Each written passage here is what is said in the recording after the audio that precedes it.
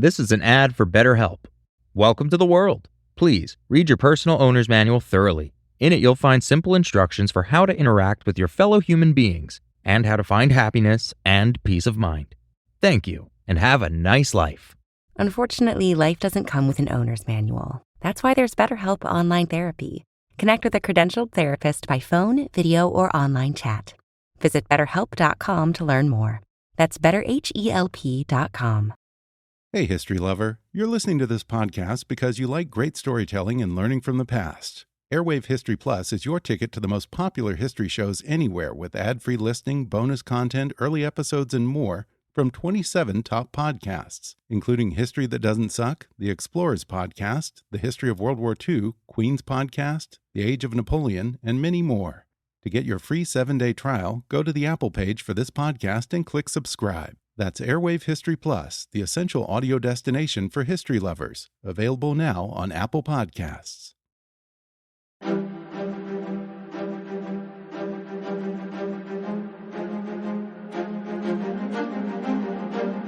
Hello, and thank you for listening to the History of World War II podcast, episode 489, interview with astronaut Jan Davis about her book, Airborne, 2 Generations in Flight, where she covers her father's exploits as a B-17 pilot and a POW, and her career that took her to space 3 times. Mrs. Davis, thank you very much for being with us today. Well, thank you so much for having me.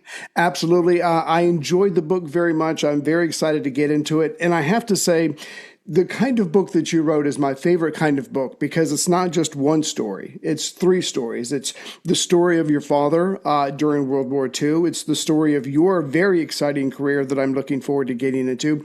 But it's also the story of how you came to put together all this information. It's almost like you were a part-time detective trying to figure out all the things that went on throughout his life. That's true. Yeah. And I think, and if I remember correctly, I don't know if you and he did not have like detailed conversations. You had to go out and kind of proactively search out this information.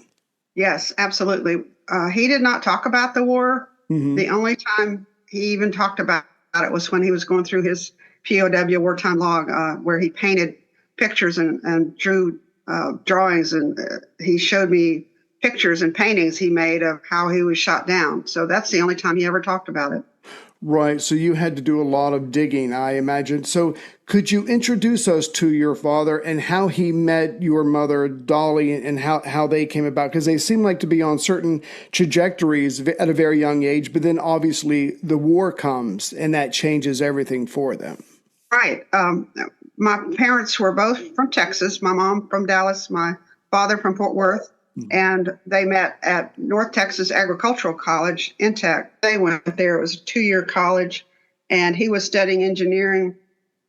She was in business, and she was 5 years younger than him because he had worked for 2 years in the oil field to save money to take flying lessons because he knew he wanted to be a military pilot and to save money for college. So he was a little bit older than she was, but they were smitten with each other. I have a scrapbook that has some of the songs he composed for her and a calendar with every date they had. And she had notes by those things, and because it was her scrapbook, about how they danced the night away and what she wore and all this. So they became engaged in July of 1941. He graduated with his 2-year degree in May of 41. And then they eloped and got married in December of 41, the day before Pearl Harbor. Wow. Yeah. And so, yes, their lives changed completely. So in January, he started his training in the U.S. Army Air Forces to become a pilot. I love the fact that there was so much detailed notes. I mean, when I was younger, I kept a diary, but they are either him and her, or at least him. A lot of details, a lot of notes. It's like recording. Was that just something that was done back then, or where do you think that came from? That he felt this need to like catalog a lot of events of his life? I really don't know. He loved to write and he loved to draw and paint. And so I think it was just in his nature to take a lot of notes and to write a journal. My mother, she put together this scrapbook, and she always, put together scrapbooks and things like that of like me when I was little. And so I think while they were dating, she just saved every little piece of information of where they went and what they did and glued it in this scrapbook. And it was great for me to learn all these things. She even had this little metal piece that he made while he was an engineering student that had her name engraved in it. And so it was a treasure for me to have that. That's all I have are his writings, his POW log, and my mother's scrapbook. And then the letters that he wrote to me, and some other little pieces of information from the family that they saved, like his, luggage tag when he was coming back to the U.S. on the Marine Robin ship. Just little pieces of information that, I was able to put it all together. Right. Well, I'm certainly glad that he did, because sprinkled throughout the book are his drawings, are notes and Yes. letters from him, which really just brought it all home. And you get a visceral sense of what he went through as a pilot and as a POW. And I'm glad you included those, because it really added to the book. I think the readers are going to enjoy that a lot. So not only does he go into detail, he keeps all these notes, but in the book, and I really love this part, you made the point that flying a plane isn't just about flying a plane, it's about leadership as well. And it's about someone that the crew can look to, especially in very stressful times like combat, and just knowing that there's someone who's looking out for them. And Right. I was just wondering if you could maybe speak on that a little bit, and also maybe kind of the similarities between, the flight training that he went through and the astronaut training that you went through. And again, because there's a lot of bravery, a lot of courage, but I'm getting a sense of, also a sense of duty, if you will. Yes. It was interesting to me when I was doing the research about him for the book. I was just going to write a book about him. Mm-hmm. And then the more I found out, I realized that there were a lot of parallels between his training and my training. So I decided to write about myself also, and then have a thread running through the book that talked about the similarities in what he went through and what I went through. Of course, in combat, you are taking a risk every time you fly, because early in the war, when he was flying, the failure rate was really high. And so, the failure rate for him and the failure rate in the space shuttle were about the same level of risk. So there was that. But as far as the training goes, I think whenever you are in, very hostile environment like space or like 25,000 feet where he was flying, he had to fly with oxygen. I had to fly with oxygen in T-38s as well as the shuttle. But, you have to train for that as well. Bailout procedures, you have parachute. You've got to know how to use it. You've got to, get your training. I don't know how much bailout training they actually did back in the day of World War II, because, they were on a pretty fast track. But we had, parachute training in water and land and in dinghies, just like they had dinghies. But I think one of the main commonalities is a sense of a crew. I had a crew of 7. He had a crew of 10, and the pilot and for the shuttle, the commander are responsible for, as you said, the leadership of that crew, not just flying the airplane or flying the shuttle, but bringing that team together and letting each person on the team do his or her job and do it well. And that's why the B-17 pilots, they had to go through bomb training and gunnery training and navigation training, and not as much as their bombardier, navigator, and gunners, but they they had to know and understand what those people were doing, and of course let them do their job, but still had to bring it all together as a team and work well together as a crew, which is very similar to space shuttle training, where we worked as a crew. And there's just too much to do for one person to do all of it. So you have to let each person do their job. And that takes a real leader to lead and, delegate and assign responsibility, take over if they have to, but in an emergency. But nevertheless, I think there's a lot in common there. So I appreciate the letters that I have from him when I learned to fly. Mm-hmm. He was talking to me in those letters about the responsibility of a pilot to take care of their passengers and to not ever go beyond your own ability or the ability of the machine. And I never forgot that. Well said, because I was impressed with the men looking up to him, and because they're in combat, because it's something dangerous, not unlike an astronaut. It's almost like your second family or your family away from your family. But your book brought home to me just how smart your father was. I mean, he had to do engineering. He had to, like you said, understand at the very least all of the different positions. And there was a ton of school that went involved before he could be, deemed a pilot. And again, I don't want people to forget that, because yes, they look good in their flying jacket and their goggles and their cap, but they're very educated, very intelligent, insightful people that are pilots. Right. Yes. And again, and that goes back to all of the training that you were writing about in the book. It's not like you just do a couple of flights and then you're off to Europe. There's a lot involved. Yes. Speaking of that, at first, and tell me if I've got this right, your father wasn't in line to fly a B-17. He was going to be flying the YB-40, which I did not know about. Could you describe the purpose of the YB-40s for us, please? Sure. I really learned a lot about B-17s and YB-40s in my research, because I didn't know he flew YB-40s. I didn't know that till I looked at his flight records. I did have his flight records. So he was in line to, actually, after he got his wings, he was going to be a fighter pilot, but they needed bomber pilots. Back then they didn't have many fighters. And so he went to the multi-engine training and trained in a B-17. Mm-hmm. And then they came up with a secret program that you had to volunteer for. And knowing him and knowing, that he liked challenges and he liked to try different ways of flying, different aircraft, he signed up for the YB-40.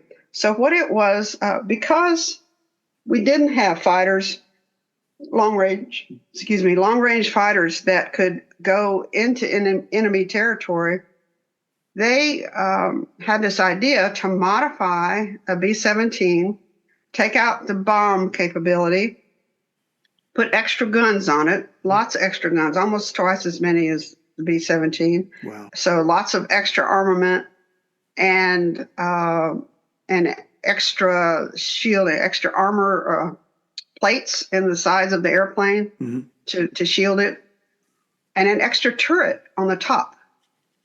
And so over the radio room, there was another turret. So there was a forward turret and an aft turret.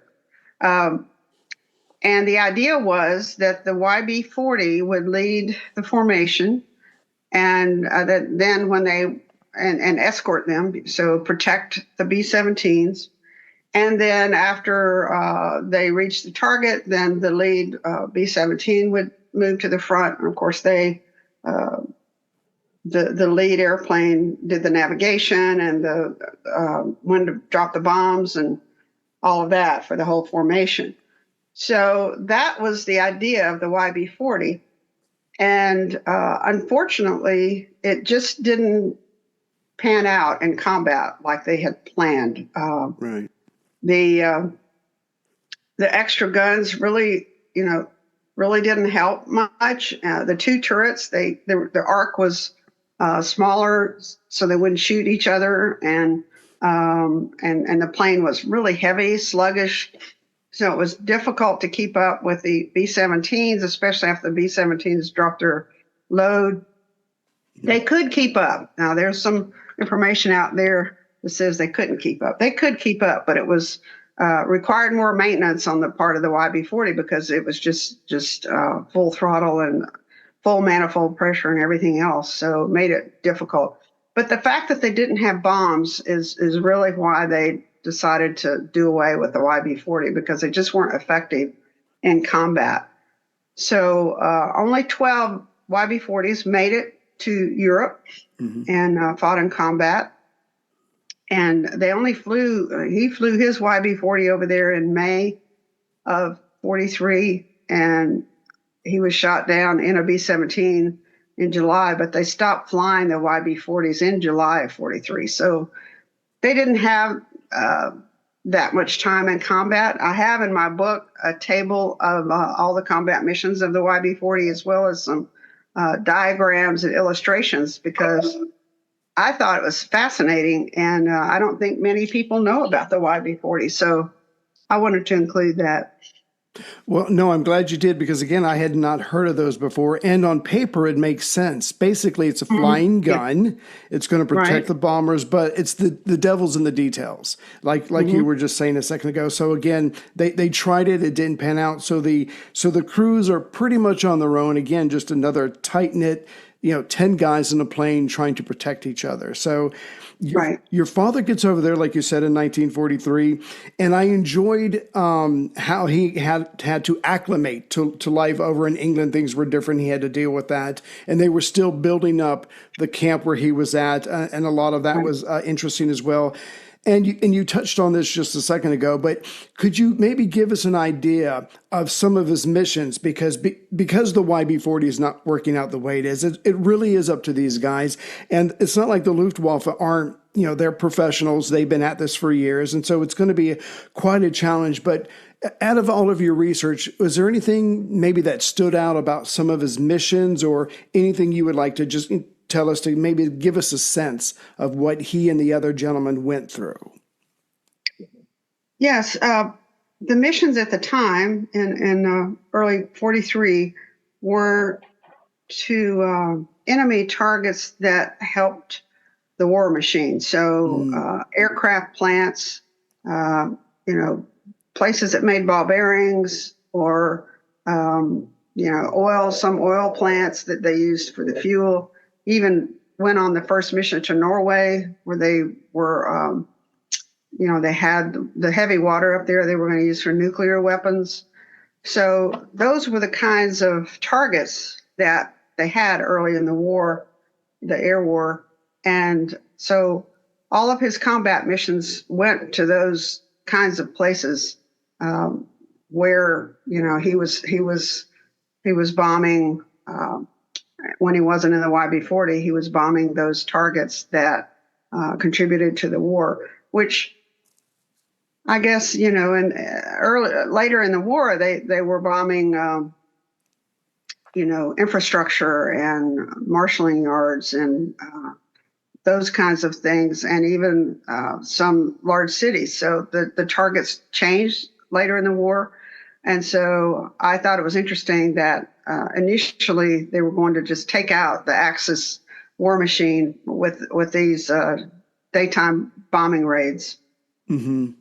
And you touch in the book, and this part, it was hard to read, and I'm sure it was very hard for them to live through. So as you said a couple of minutes ago, the British are bombing at night. The Americans are bombing during the day. And even though these gentlemen are coming together, these pilots and these crews are starting to get to know each other, and they're starting to form their own bonds, a lot of these gentlemen were lost because, like you were touching on a minute ago, the percentage of crews and pilots lost, it was staggering. And so even though you lose someone that you've been getting to know over the last couple of months, the next day you have to get up again, you have to go up again and carry on, because the mission is not done. But they certainly had to find their own way of dealing with all those losses.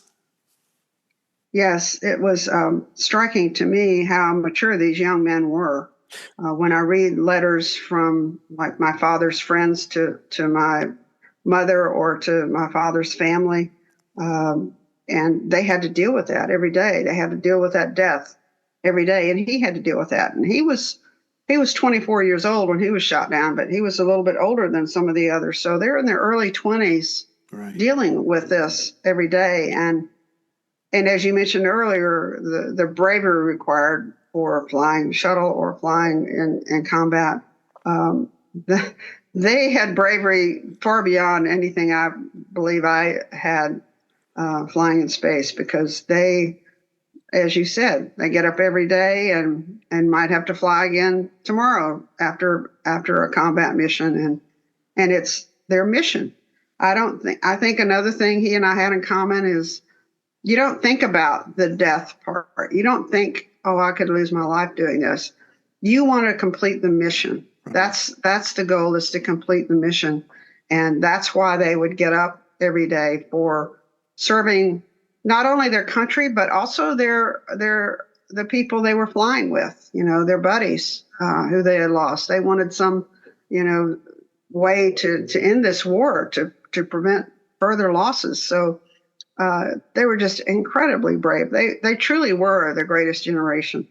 Absolutely. And even when your father shot down, the letters from his friends going to your family, they were so positive, keep your chin up. We don't know. It was just focus on the best part of it, because there's no point in dwelling on what, the worst, what could be. And so I just love the almost stoic positive. I don't know if that makes any sense. They were like stoic, but positive at the same time in these letters, trying to help your family get through because I think it was a couple of months before your family actually found out what really happened, that he was still alive and a prisoner of war. That's right. Yeah, he was shot down July 28th, and it wasn't until September that they knew he was alive. He was missing in action all that time, and I have the telegrams my mother received. And then, and they found out that he was alive. And she always told me that she knew he was okay, because she knew what a good pilot he was, and she just thought that he would get himself out of that situation alive, and thankfully he did. Absolutely, yeah. I mean, she had a good sense of what he was, and as far as being a professional pilot, he I guess you would call it maybe controlled chaos. Yes, this plane's coming down, but I'm going to do the best I can to make sure it comes down so we all live. And they did. Everybody survived the crash landing. But if I could switch just for a second to you, because again, your story was incredible. Your first flight was after the Challenger accident. And again, I remember that. I think I was a senior in high school. And you have to go on, and like you said a couple of minutes ago, you can't focus on the what ifs. You can't focus on the negative side. It's all about the mission. It's all about getting back up after being knocked down and continuing with the work. It makes it sound like that's the focus, because that's what keeps you going. Yes. After Challenger, I was assigned some of the redesign for the solid rocket booster, not the part that failed, but a different part. Mm-hmm. And so I was right in the middle of all of the return to flight activities and the redesign. And it made me more confident, that we were doing everything we could to make it as safe as we could. And I had been working at NASA about 8 years when I was selected to be an astronaut. In my class, the 1987 class, was the first class selected after Challenger. So each of us knew the risk. We knew it before Challenger, but that made it obvious to everyone. Right. And we were still willing to fly and to have confidence in the people who were on the space shuttle program who made it possible for us to fly. Well said, because my father was in the Air Force, and the one thing he would say to us over and over again as kids is the difference between amateurs and professionals is practice. You go over everything, you're doing everything you can do, and that's all you can do to be ready for all these contingencies. And that probably brought a sense of relief, or I'm not even sure of the right word, but just you're as ready as you can be. That's right. Yes. Yeah. So could you give us an idea, switching back to your father for a second, could you give us an idea, and I love the way he put this in his journal, and I love the way you cover this in the book. By the time he's a prisoner of war, I mean, there's hundreds, if not thousands, of other prisoners as well. They've already kind of worked out a system. So he's able to go into a support system. Not that it's going to be easy for him, but if you can give us an idea of kind of what life was like for him as a POW. Yes, I learned a lot about the Luftwaffe camps because I really didn't know what type of prison he went into. Fortunately, the Stalag Luft 3, where he was a Luftwaffe camp for the officers. So it was only the pilot, co-pilot, bombardier, and navigator from the B-17s and like aircraft who were there. And so they already had a lot in common, and some of them knew each other, but mostly they shared stories about how they were either shot down or bailed out or ditched or somehow captured and turned over to the Germans. And so they had that bond already. But you can imagine in this prison camp where, it was a survival situation. There was a lot of camaraderie and helping each other and lifting each other's spirits when one person got really homesick or, just helping cook and helping take care of the place. Just a lot of camaraderie. And that was another parallel I found between my training and my crews and my astronaut class was that there was an incredible amount of camaraderie, because when you're in a life or death situation, you really have to rely on each other for survival. And in order to do that, you really have to establish those relationships. And I think that's what he did with the other POWs. And they had POW reunions after the war. Wow. But fortunately, in Stalag Luft 3, they were treated well in that they had the YMCA provided musical instruments. So they had different bands. They had theater. They had library with courses that they taught to each other. They had the Red Cross parcels to supplement the food the Germans provided. So all of those things helped morale. And so it was not a good situation because they were in prison and they knew, Hitler was a crazy man, so they never knew if they would be used as a hostage or, those kinds of things. But for the most part, the Germans abided by the Geneva Convention, and so they were treated well. They weren't allowed to work because they were officers, so they found these other things to keep them busy. Yes, I enjoy that part of the book very much because there's a lot of downtime. And so the trick is to keep yourself busy, to keep yourself engaged. And some of the stuff you wrote about in the book, I did not know to that degree that they were able to get instruments. They were putting on plays. And just, again, it's a waiting game. You're guessing your side's going to win, but you have to wait it out because for you, the war is over and you've just got to survive until then. We touched on this a couple of times, but I really want the people to know that if they do get a copy of your book, and I certainly hope they do, it was a very rewarding experience for me, that it's replete with pictures, drawings from your father, and he actually was able to use a lot of his art to, again, like we were saying, distract the other men, to entertain them, to give them something to think about. And could you give us maybe a couple of examples? Because I think was it a cartoon or something that he was drawing? And again, it was just something that he could do that took time for him. But at the same time, he gave the other men material or something just to keep their mind off of the fact that they are prisoners of war. Yes, he drew quite a description of his being shot down and life in the prison camp, and a lot of those drawings are in the book. Watercolor paintings of being shot down, portraits of some of the men, his roommates. But the thing you were mentioning about the cartoon, he drew cartoons ever since he was a little, maybe 10 years old. He was drawing Bud Tuttle cartoons and telling stories, creating these comic books. So when he was in prison camp, after they had moved to the South Compound, which was all American, he was in a camp that was had other nationalities in it, but in the South compound, it was all American. And so they created a newspaper called the Circuit. Mm-hmm. And the Circuit was about the size of our newspaper when we had them. And they would post it, on the outside of the wall where the kitchen was. Mm-hmm. And they asked him to create a cartoon for this newspaper. And the only stipulation was that it had to feature a woman. And so he decided to make it about a war correspondent named Penny, mm-hmm. who was a nice girl. Right. So he drew this cartoon of Penny, which appeared at the bottom of the Circuit. And I have 96 of the original Penny cartoons.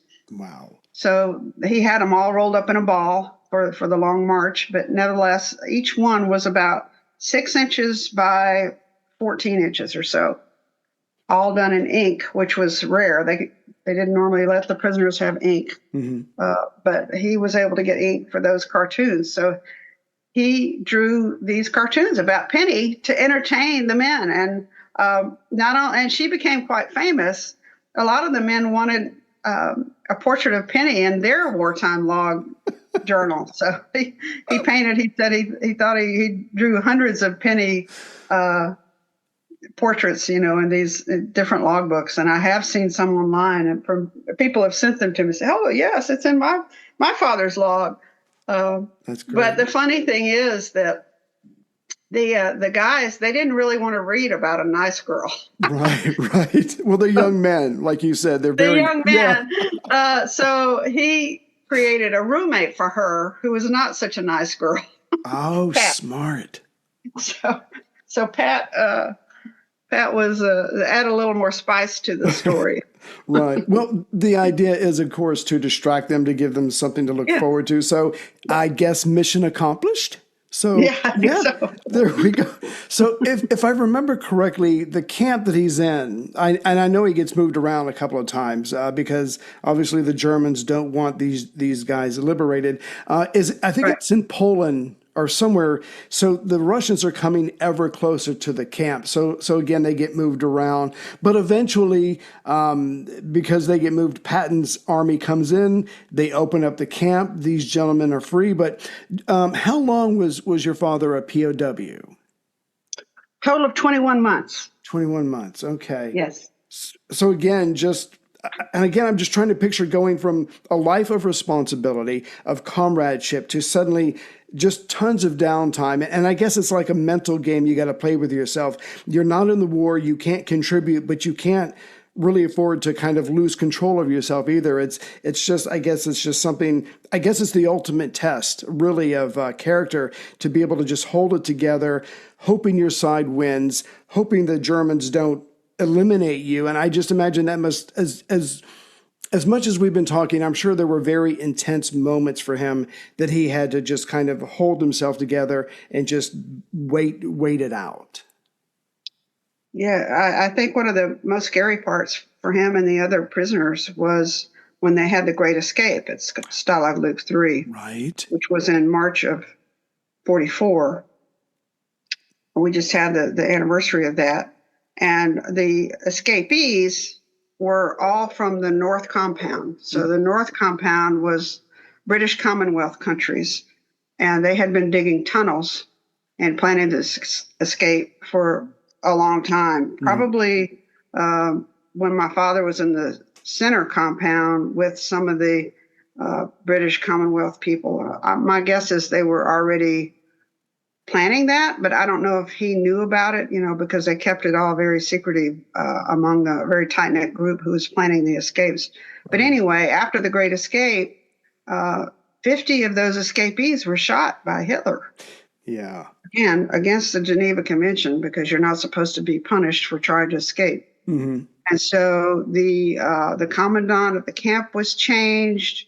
The treatment by the guards changed. They added another appel, which is sort of a roll call in person. Oh, yes. And so that made the prisoners realize that, hey, this guy is he could do that to us. He could, and so not only did it discourage escapes, but it also just really put a damper on things. And I can't imagine what that was like. Plus, the war was still going on. They really were hoping that after D-Day, the war would end, and it didn't. And so that whole mid 1944 time was a really, really depressing time for them. Right. I will never forget the part of the book where they can see Allied planes flying over the camp. Yes. Obviously, things are going well for the Allies as far as the air war, but at the same time, like you kind of touched on, Hitler's a madman. He's desperate. Is he maybe going to do something crazy? It's like, oh, I'm going to lose the war. Well, guess what? You're not going to get your pilots back. So again, there must have been a lot of tension day by day, just wondering what's going on. But eventually, like we said, Patton comes, the Soviets are coming in the other direction. They are freed. Your father gets to come home. He gets to reconnect with his wife and his family. But if I can make the switch, so his story ends, relatively well. But if I can make a switch again back to your story, I imagine, and I'm not sure, but did you grow up around airplanes? I'm just wondering where your interest in going to the great blue yonder and beyond came from. I think my interest in airplanes definitely came from him. Mm-hmm. I remember when I was little and in, I guess, daycare, something like that.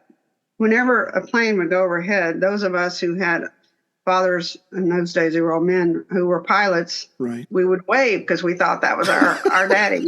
So I've always been fascinated with airplanes and look up whenever they come over. I look up, and so I always knew I wanted to be a pilot, regardless of what my profession was. I wanted to be a pilot because that's what he did. Mm-hmm.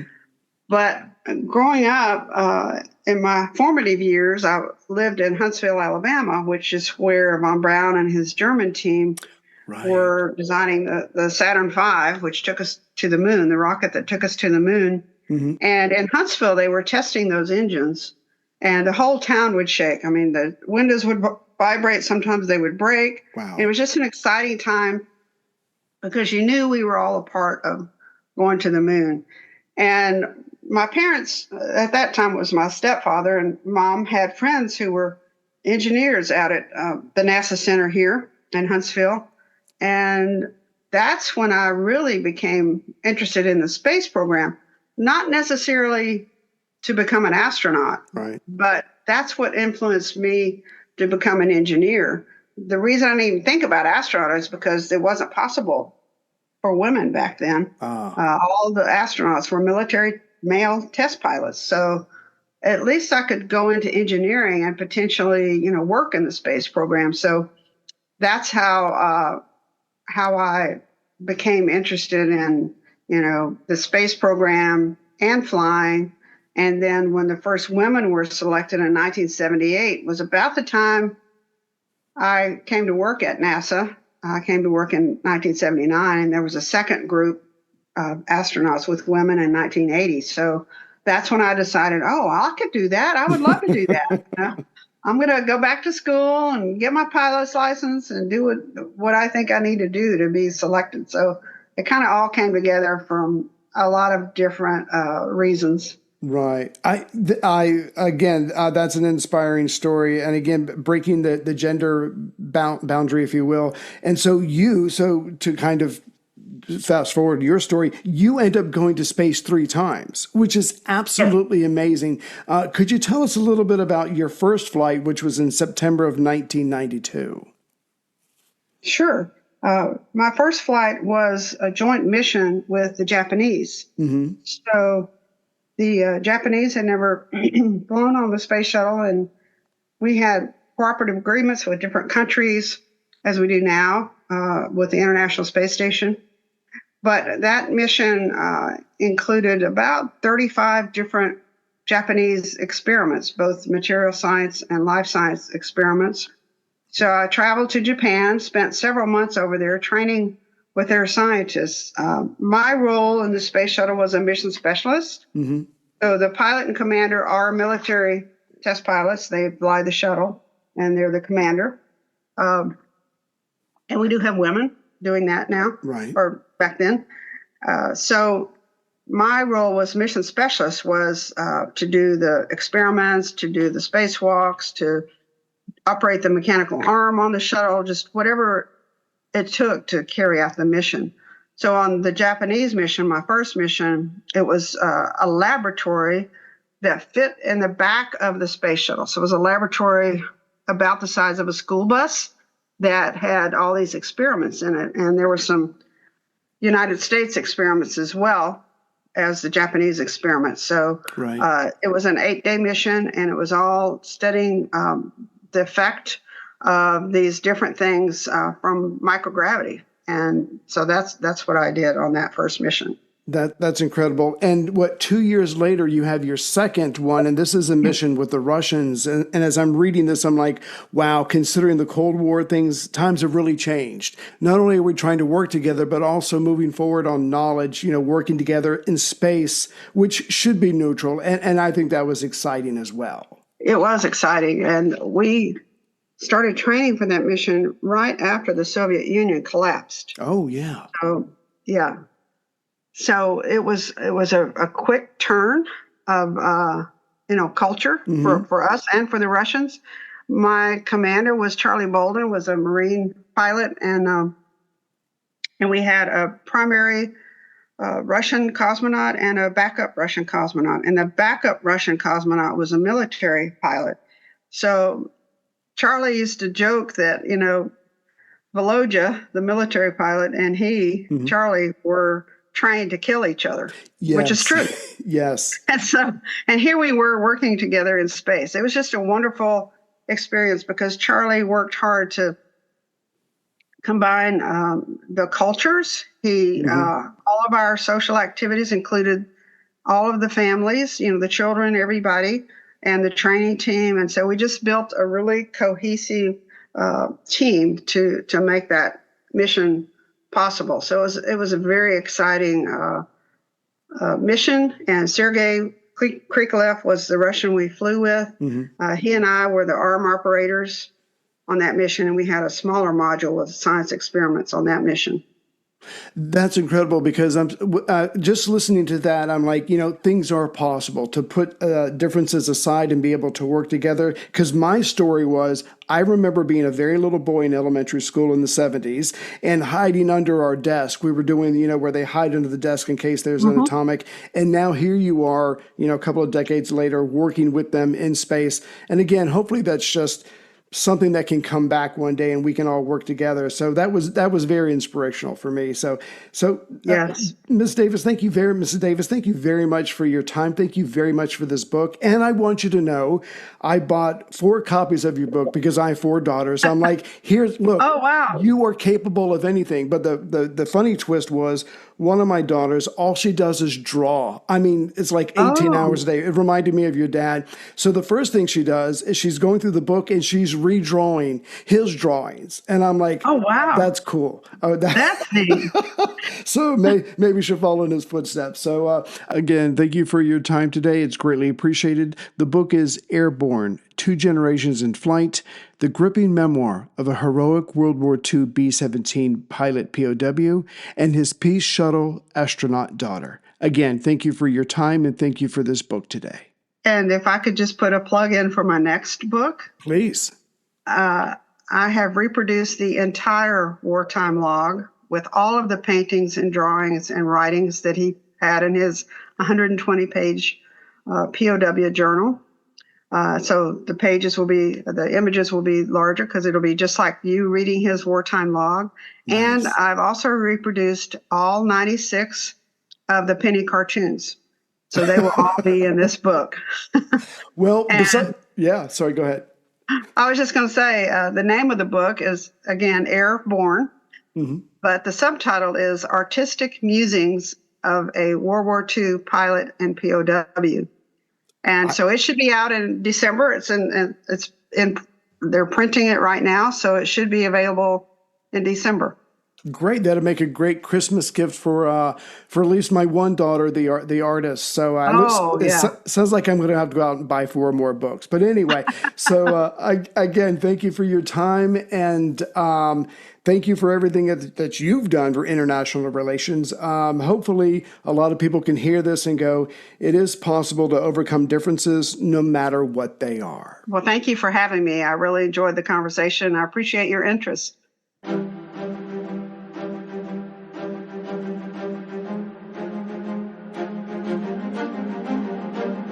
Hello, and thank you for listening to The History of World War II podcast, episode 489, part 2, Retreat or Die. Last time, Christmas 1941 came and went, and whether a certain German unit spent that day fighting for its life or relaxing a bit depended upon where they were. For Stalin had ordered the counteroffensives to continue, and Zhukov was doing what he could with what he had. Remember, he had been denied the 4 additional armies he requested, so was making do. What was helpful to the Russians was the lack of supply trains leaving Germany proper to make for the front. Hitler had finally figured this out, but the damage had already been done. Adding on to the Wehrmacht's woes was the meter-deep snow that wouldn't be going anywhere for the next 4 months. And then there were the ever smaller number of trucks, the final part of getting supplies to the men. Those trucks found themselves, literally, wading through a river of retreating men.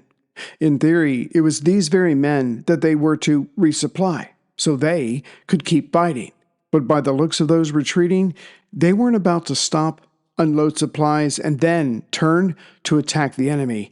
That just wasn't in the cards. Thus, it should come as no surprise that German losses, men and equipment, was due to fuel and supply shortages versus death and destruction from combat. Or put another way, the conversations between panzer commanders and corps commanders went something like this. Corps commander, we need all available panzers at this location to check the enemy. Panzer commander, well, I can give you 12 panzers, but they can only travel 30 kilometers. Or I could give you 8 panzers, and they can cover 45 kilometers. Which would you prefer? That was no way to run a war, or win a war, or retreat from one, or even survive. What also hurt the Germans was their shrinking number of tanks. After all, the entire attack plan was centered around massed panzers, and now they were needed to simply check an enemy advance or to counterattack again to only buy time and space. In December alone, as the Soviets started their own offensives, having built up their resources while shielding Moscow, the Germans lost 519 tanks, all kinds. Again, just the month of December. This was the largest loss to date, as in November, they had lost 385, all kinds, 325 in October, and 241 in September. Yet back home, more were being built than lost. So as the fighting on the Eastern Front had gone on, before winter that is, the Panzer Army of the Wehrmacht was actually getting stronger. Now that trend was going the other way. With the loss of 519 tanks in December, less than 450 were built during that same time. In January 1942, the Eastern Front lost 426, but only 387 were built. It did not take a genius to see the inevitable outcome if this trend continued, and it got worse. During the summer fighting, most of the weaker Panzer models, the Mark I and Mark IIs, were lost. Now in December, those heavy losses were of the Mark III and IVs, so quality and quantity of the Panzer formations were taking a hit. Which means the next part should come as no surprise either. Needing equipment to move and pull supplies, as the Germans retreated, they grabbed up whatever the local farmers had. Moreover, the Germans got rather good at attacking the more advanced counterattacking Soviet units to help themselves to their trucks and or fuel. So locally, the commanders got what Berlin wanted, attacks on the Russians, and the German units got what they wanted, more fuel or supplies to live another day. This included the peasants' horses and sleighs. But for all the thefts, all the sacrificing of vehicles to have more fuel for the remaining ones, it was never enough. It could not be enough. But Army Group Center found, somehow, a way to survive. Not that the war or the winter was coming to a close. Back to the fighting. On Christmas Day, there were some in Berlin who believed the worst was over. Army Group Center had been tested, surely, but had come through. That their desire to fight had returned. In truth, it had never disappeared. But not having enough supplies forces one to fall back. It's as simple as that. Remember when Colonel General Heinrici had enemy troops on both sides of his flanks, and it seemed that the right wing of the Fourth Army was about to be severed from the larger unit and destroyed? Well, the German soldiers there fought on, having no other choice. They hung in there. And as the days went by, the German panic and the Soviet fatigue righted the ship of the right flank. But General Kluge, now in charge of Army Group Center, would have other problems to deal with. And that other problem was Guderian, commander of the 2nd Panzer Army. Kluge had his hands full and did not need a defiant commander on his far right flank, but that's exactly what he had. Still, Kluge was able to use Guderian to make a point with the general staff. When Berlin wanted to yell at Guderian for ordering his troops to pull back to the Oka-Zusha line, Kluge intercepted by saying Guderian was a bold commander. He would not fall back unless he had a good reason. This was Kluge's passive-aggressive way of saying things were bad at the front. But that was on December 24th. Within 24 hours, even Kluge was changing his tune. Guderian had ordered Lemelsen and his 47th Panzer Corps to pull back and abandon the town of Chern. This was expressly against Kluge's orders, as he was trying to reform the front, again on Hitler's orders. That Guderian ignored Hitler was not the problem. It was that Guderian ignored Kluge's orders, not for the first time. Kluge rung up Guderian and told the Colonel General that he knew of the pullback. Guderian did not try to hide his act, as he told Kluge, in these unusual circumstances, I lead my army in a manner that I can justify to my conscience, which is not exactly how it works in the army. That was the last straw. Kluge called Halder, Chief of Staff of Army High Command, and said either Der Führer chooses him or Guderian. But before Halder could say anything, Kluge wisely added, because how can I carry out our leader's orders if my generals don't listen to me? And when you put it like that, Hitler ordered Kluge to relieve Guderian. Hey, history lover. You're listening to this podcast because you like great storytelling and learning from the past. Airwave History Plus is your ticket to the most popular history shows anywhere with ad-free listening, bonus content, early episodes, and more from 27 top podcasts, including History That Doesn't Suck, The Explorers Podcast, The History of World War II, Queen's Podcast, The Age of Napoleon, and many more. To get your free 7-day trial, go to the Apple page for this podcast and click subscribe. That's Airwave History Plus, the essential audio destination for history lovers. Available now on Apple Podcasts. There was now a new man in charge of 2nd Panzer. It was 2nd Army Commander Schmidt. But it turns out, if Guderian was the tree, Schmidt was the apple. Now in charge of both armies, Kluge suddenly remembered that hadn't Schmidt abandoned the town of Livnev without asking for permission? Next, Schmidt, ordered a pullback of his two armies to the Tim River, and there were more pullbacks during that last week of the year. And each time Kluge challenged Schmidt, his responses rotated between, your orders not to retreat came too late, or I had no other choice, or the hard to pin down, this was done under the force of circumstances. Kluge had not gained anything by sacking Guderian.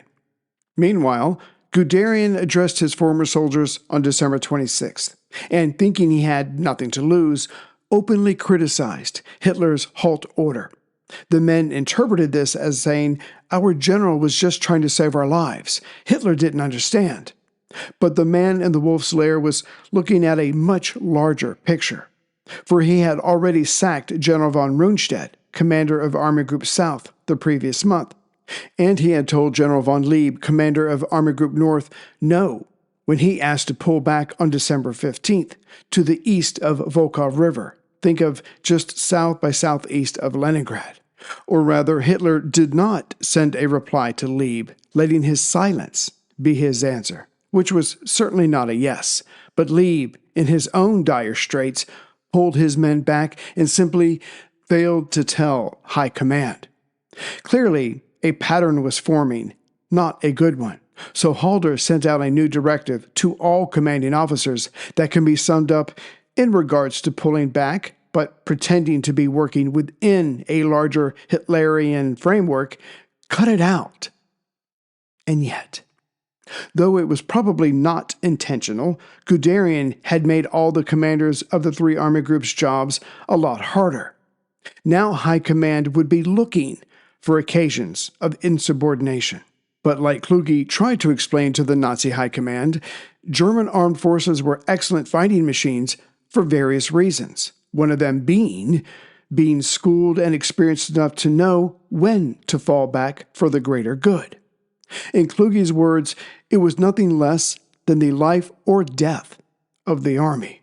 But that did not satisfy Halder. No, if Kluge was to fall back any more, and why should he think otherwise with the Russians still pressing, he would have to be even more subtle now. Again, thanks to Guderian. By this point, Schmidt's two armies, the 2nd Army and 2nd Panzer Army, had reached the Oka-Zusha line, being called the final winter line by Berlin and Kluge. Foxholes were being created with explosives, bunkers were carved out of the frozen ground, and the line was shaping up to withstand the Russians' expected attacks. Even better, reinforcements started to arrive. At Kursk, due south of Orel by some 65 miles or 104 kilometers, troops that had been stationed in France were now added to the line. Not to mention ski companies were being formed. A little fight fire with fire, if you get my drift. But what really excited Army Group Center was Hitler finally allowing the use of Rotkopf munitions. These were hollow charge warheads that were supposed to work against the T-34 tanks, and even, if close enough, the monstrous KV-1 tanks. Hitler had not allowed them before because he did not want the Soviets to find out about them and duplicate them. But needs must. So from pressure applied by Kluge, the nod was given on December 20th. Army Group Center did not actually see too many KV-1 tanks that early winter, but they certainly mixed it up with the T-34s, and true to design, the Rotkopf, or Redhead, took out the T-34 with one shot. Specifically, a Mark IV tank from 9th Panzer Division engaged two T-34s. They were about 1,000 meters from each other. Rounds started flying at each other, but the German tank crew, knowing they only had so many redheads, took time to aim as explosives erupted around them. The T-34 on the left was immobile, obviously trying to improve its shot. The German tank let loose. The T-34 shook upon impact, and pieces of it flew into the sky. Smoke emerged from its hulk. This stunned the other T-34 that was still trying to find the range. The Mark IV loaded another redhead and aimed carefully. The process was repeated, the Soviet tank was destroyed, and the German crew went back to base, jubilant. To wit, between the strengthening defensive line, the reinforcements, the arrival of dozens of armored fighting vehicles, and now the use of redheads, things were looking up. All the while, the last of Army Group Center was falling back to the final winter line, and as they retreated, their supply lines grew shorter. The Russians grew longer. Moreover, the Axis troops were not nearly as panicked as they once had been. Still, the Russians came on, wave after wave, albeit with little imagination. At night, it was worse for the Russians, as the Germans knew that with their line, anything spotted out there was the enemy and was to be fired upon. Men wrote of the Cossack charges against them, yelling a war chant, but really, they were just letting the German machine gunners know where they were. Henrici's 16th Motorized Infantry Division watched as the rising sun shone on 800 dead Soviet troops in front of their line. And feeling more confident now, small counterattacks were carried out by the retreaters, just to throw the enemy off. For example, on December 30th, the 4th Panzer switched from retreat to attack and broke through the charging line of Russians that had been behind them. The Panzers drove several miles past this point, killing 600 enemy troops and capturing 100 more. It was like the days of summer, but not like the days of summer. Yes, many more Russians were dying than Germans, but Germans were still dying. For example, Guderian had pushed his men hard during the summer and fall, and the results were some staggering victories and tough defeats. But what these had in common were German deaths. Fast forward to late December 1941, the men now under Schmidt realized there weren't enough of them to resist the almost suicidal Russian counterattacks, thanks to Guderian. One of Schmidt's men wrote in his diary, "If the Russians attack in strength, they will overwhelm us." And this proved prophetic. On Christmas Eve, this man had 170 men with him in his unit, but after the Soviet counterattacks of Christmas, he was down to 20 men. Back to Colonel General Henrici's 48th Army Corps, the supposed southern end of Army Group Center and 4th Army, not only did he and his have to worry about the quite large gap to his right, as Schmidt's two armies were cut off, but his left or northern flank suffered an enemy thrust as well. This basically cut off 48th Army Corps from the rest of Army Group Center. But it was even worse, as now there was a chance it would be encircled. Seeing this, Kluge ordered Henrici to fall back to Kluge and, just to be safe, did not report it to Halder. The true right flank of Army Group Center now was Felber's 13th Army Corps, but the 19th Panzer Division had been pulled out of it to stop the Russians on the German right. And this had temporarily worked, but now Felber's men were not strong enough to hold the line by themselves. There simply weren't enough Axis troops in 4th Army to pull from anywhere without affecting that section. And then the inevitable happened. Along 4th Army's line on December 27th, the 98th Infantry Division reported breakthroughs, plural. The men along the line started to panic, and what did not help was seeing the wave of Russian men charge at their much smaller number. One man of the 98th wrote in his journal how small our group had become. A decision was needed by the new commander of 4th Army. Problem was, he had kind of lied on his resume to get the job.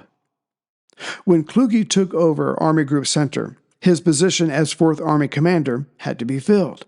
This was a serious decision, as the man who took this post had to have nerves of steel, for surely the Russians would want to shatter every part of Army Group Center, certainly the section out in front of Moscow, i.e. the 4th Army. Which brings us to one general of mountain troops, Ludwig Kubler. When the position of 4th Army commander came open, Kubler was a corps commander within Army Group South. And when the massive city of Uman was encircled, which ended in a German victory, it was certainly a fast-moving time for the Eastern Front. So Kubler wrote up a report of the rather brilliant encirclement, and when appropriate, which was rare, and when even not appropriate, which was most of the battle, he inserted himself into the report. And then Kubler sent this report directly to Hitler's headquarters, not to 17th Army Command, as was proper. It was risky, but it worked. Hitler read the report and was impressed with this Kubler, but then he failed to have any of this information verified, for who would lie to Der Fuhrer? In any case, on December 26th, Kubler was named the new commander of the 4th Army, and now he had a crisis on his hand. one that he had to fix, as the southern and center section of Fourth Army's line was looking to him as their savior. But Kluge did not have time for the new guy. He took command. Besides, the Fourth Army had recently been his.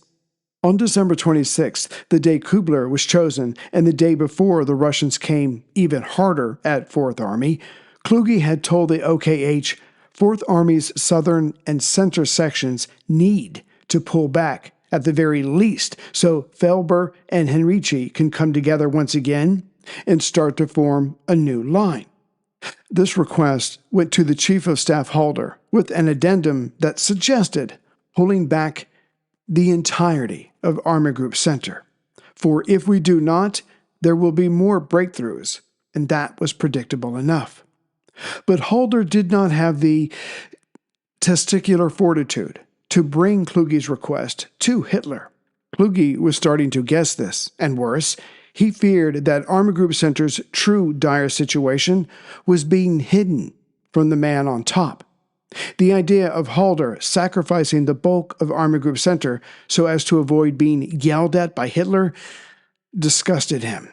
So, not hearing from Hitler or Halder, Kluge spread the word, pull back. 4 infantry divisions started retreating, but calmly, quietly, and this included the more secure northern section of Fourth Army's line. It also received orders to pull back about 10 or 20 kilometers. One of those infantry divisions ordered to fall back was the 263rd, and though they knew their duty to Hitler, it did not take much convincing for them to start falling back as well. Even though the northern section was well dug in, they too were being pounded by the enemy, and breakthroughs seemed quite possible there as well. And when word of this retreat reached Stalin, he ordered an increase in counterattacks. A hard life and almost losing his capital had taught the man of steel, when your enemy is wavering, that was the moment to strike hardest. Greetings, everyone, from Central Virginia. So I don't have any new members this week. I try not to take that personally, but I do have a couple of donations. So I just want to thank Harvey Washbrook and Ian Russell, who is from Sydney, Australia, for donating. So thank you very much, especially on my birthday week. I'm just going to pretend that you knew, and that money was to be spent on me and not my family. Let's go with that. Anyway, and the only other thing is I'd like to thank Cam Hart for pointing out the book Grey Wolf. It covers a lot, and he wants to know if I want to maybe go into it. We'll have to see how it goes, Cam, because it covers a lot, and I've gotten to the point where I'm buying books that specialize in specific events, as you could probably tell by now. But anyway, so we'll see how that goes. And finally, I'm sure everybody here knows, there's no way you could not, that I live in Virginia, and the storm, even though we've had 2 weeks of solid rain, a little bit of flooding. We've lost power a couple times. Nearly nothing as bad as what you've probably seen on the news, where people have lost everything. Their entire house is gone. Everything they own is gone. So if you can give to the Red Cross or whatever charity you feel comfortable with, or if there's something you can do, please do, because we're all in this together. It pretty much comes down to, and this is all of life, this is what I've learned so far, me summing up 58 years of wisdom. You do the best you can with what you got. Everything else is wishful thinking. So if you can help out, please do so. And so when I say take care, that's not just a throwaway line. It's literally, we have to take care of each other. So anyways, that went dark real quick. So anyway, sorry about that. And so I'll be back next week, or hopefully later on this week, with another episode. Take care, everyone. Hey, history lover. You're listening to this podcast because you like great storytelling and learning from the past. Airwave History Plus is your ticket to the most popular history shows anywhere, with ad-free listening, bonus content, early episodes, and more from 27 top podcasts, including History That Doesn't Suck, The Explorers Podcast, The History of World War II, Queen's Podcast, The Age of Napoleon, and many more. To get your free 7-day trial, go to the Apple page for this podcast and click subscribe. That's Airwave History Plus, the essential audio destination for history lovers. Available now on Apple Podcasts.